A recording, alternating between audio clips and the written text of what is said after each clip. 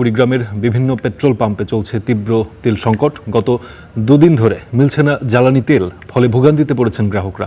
অভিযোগ আছে খোলা বাজারে বাড়তি দামে মিলছে তেল। বিস্তারিত জানতে সরাসরি যুক্ত হচ্ছি মোহাম্মদ জুবাইরের সঙ্গে। জুবাইর, কুড়িগ্রামের যে পরিস্থিতি সম্পর্কে জানাচ্ছিলাম সেটিই আপনার কাছে আসলে বিস্তারিত জানতে চাই। আপনি এই মুহূর্তে সম্ভবত একটি পেট্রোল পাম্পে অবস্থান করছেন, সেখানে কি চিত্র দেখছেন? সেখানে কি পেট্রোল বা অকটেন তারা দিতে পারছেন কিনা এবং গ্রাহকদের সাথে কথা হয়েছে কিনা? দিন সকাল থেকে আসলে কুড়িগ্রামের পেট্রোল পাম্পগুলোতে শত শত আসলে গাড়ির যে ভিড়, মোটরসাইকেলের ভিড়, আর তারপরেও কিন্তু আসলে কোনো পাম্পগুলোতে তেল মিলছে না।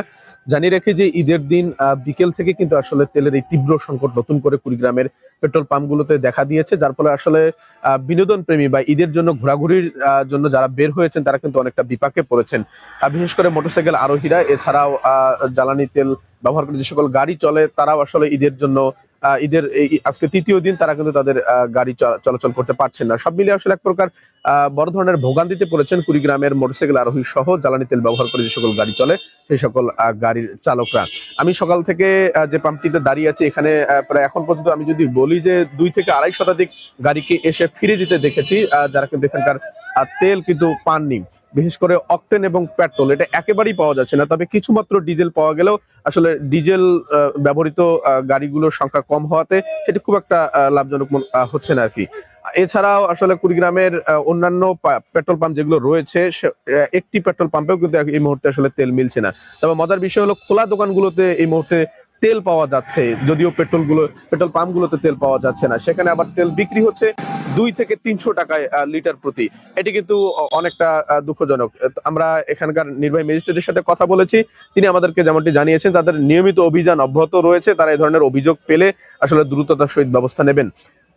ব্যবস্থা নেওয়ার কথা থাকলেও আসলে খোলা দোকানে যে সকল তেল বিক্রির কার্যক্রম চলছে তা কিন্তু চলছেই। আর জনগণের যে ভোগান্তি, আজকে ঈদের তৃতীয় দিন হিসেবে ঢাকা থেকে বা বিভিন্ন শহর থেকে যারা এসেছেন ঈদ উদযাপনের জন্য গ্রামে, তারা কিন্তু অনেকটা ভোগান্তিতে পড়েছেন। তাদের এই ভোগান্তি কিন্তু কাটছে না। বিভিন্ন জায়গায় ঘুরতে যাওয়ার কথা থাকলেও পেট্রোল বা অকটেন না পাওয়াতে তারা কিন্তু মোটরসাইকেল চালাতে পারছেন না। আমরা এখানকার পেট্রোল পাম্পের ম্যানেজারদের সাথে কথা বলেছি, তারা আমাদেরকে যেমনটি জানিয়েছেন যে সরকার আসলে যে রেশনিং পদ্ধতি উঠিয়ে নেওয়ার কথা বললেও তারা কিন্তু রেশনিং পদ্ধতিতেই তেল পাচ্ছিলেন, যার ফলে আসলে পর্যাপ্ত তেলের অভাবে তাদের পেট্রোল পাম্পগুলো এক প্রকার বন্ধ হয়ে যাওয়ার মতো অবস্থা, স্থবির হয়ে যাওয়ার মতো অবস্থা, যার ফলে তারা আসলে তেল নিজেরা না পাওয়াতেই কিন্তু তাদের এই পেট্রোল পাম্পগুলো তো এক প্রকার কার্যত অচল হয়ে যাওয়ার পথে।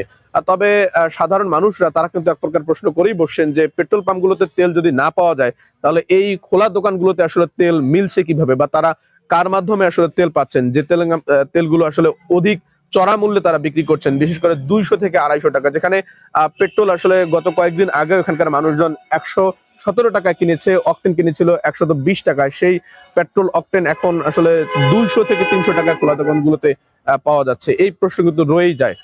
এখানকার নির্বাহী ম্যাজিস্ট্রেট যারা রয়েছেন, প্রশাসনিক কর্মকর্তা যারা রয়েছেন, তারা আসলে যদিও বলছেন যে তারা তাদের কার্যক্রম অব্যাহত রেখেছেন, অভিযান অব্যাহত রেখেছেন, তারপরেও কিন্তু এই দুর্বৃত্তপনা সেটি কিন্তু কমছে না। এখানে পেট্রোল না পাওয়াতে আসলে খোলা দোকানগুলোর দিকেই মুখ ফেরাতে হচ্ছে এখানকার মোটরসাইকেল আরোহী যারা রয়েছেন, যানবাহন যারা জ্বালানি তেল ব্যবহার করে চালান, তাদেরকে সেখানে মুখ ফেরাতে হচ্ছে। এবং অধিক চড়া মূল্যে আসলে পেট্রোল অকটেন এগুলোর দাম হওয়াতে তারা কিন্তু অনেক কষ্টবদ্ধ ভাবে চলাফেরা করছেন। বিশেষ করে আমি যদি জানাই, একেবারেই রৌমারী, রাজীবপুর, কুড়িগ্রামের নদী বিচ্ছিন্ন যে দুটি উপজেলা রয়েছে সে দুটি থেকে শুরু করে চিলমারি থেকে শুরু করে উলিপুর এবং কুড়িগ্রাম সদর উপজেলায়, এছাড়াও পার্শ্ববর্তী যেটি রয়েছে বিশেষ করে বিনোদনের যে কেন্দ্র গুলো রয়েছে, এখানে যদি বলি চিলমারির যে নদী বন্দর রয়েছে সেটি থেকে শুরু করে পাটেশ্বরীর যে বিনোদন কেন্দ্রগুলো রয়েছে, এই জায়গাগুলোর আশপাশেও একবারই তেল সংকট দেখা দিচ্ছে, যার ফলে আসলে এবার কিন্তু পর্যটন কেন্দ্রগুলোতে অন্যবারের মতো যে দর্শনার্থীদের ভিড়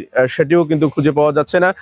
মোটরসাইকেল আরোহীদের সংখ্যা খুবই কম, তবে যারা অটো যোগে যাতায়াত করতে পারছেন তারাই কিন্তু আসলে অটো যোগে চলাফেরা করছেন। সব মিলিয়ে আসলে এই ছিল আমার কাছে কুড়িগ্রামের তেল সংকট নিয়ে সর্বশেষ ভাবে পরিস্থিতি তুলে ধরেছিলেন, তার জন্য আপনাকে অসংখ্য ধন্যবাদ জানাচ্ছি। যে কোনো সময় দেশের সমস্ত পেট্রোল পাম্পগুলো বন্ধ হয়ে যাওয়ার সংখ্যা তৈরি হয়েছে বলে জানিয়েছে পেট্রোল পাম্প মালিকরা। তারা জানিয়েছে ডিপো থেকে পাওয়া দৈনিক তেল দিয়ে পূরণ করা সম্ভব হচ্ছে না ক্রেতাদের চাহিদা। পাম্পগুলোর সবশেষ অবস্থা জানাতে আমরা আবারও সরাসরি যুক্ত হচ্ছি আমাদের অন্য এক সহকর্মী আক্তারুজ্জামান। আক্তার, নিশ্চয়ই আমাকে শুনতে পাচ্ছেন। আপনি এই মুহূর্তে কোন পাম্পটিতে অবস্থান করছেন? সেখানে গাড়ির দীর্ঘ সারিও দেখতে পাচ্ছি। আসলে এই পরিস্থিতি ঠিক কখন থেকে শুরু হলো? এখন যেই সংকটটি আমরা দেখতে পাচ্ছি, এই সংকটটি তো গত কয়েকদিনে ছিল, ঠিক আছে, কিন্তু এত ব্যাপক আকারে ছিল না। হঠাৎ করে এই সংকট তৈরি হওয়ার কারণটা কি? ফারদিন, সকাল থেকেই কিন্তু তেলের সংকট রয়েছে এই পাম্পগুলোতে, এবং গত 3 দিন অর্থাৎ ঈদের আগের দিন পর্যন্ত বিভিন্ন পাম্পে আমরা দেখেছি তেল দিয়েছে, কিন্তু ঈদের দিন, ঈদের পরের দিন এবং আজকেও কিন্তু তেল নেই।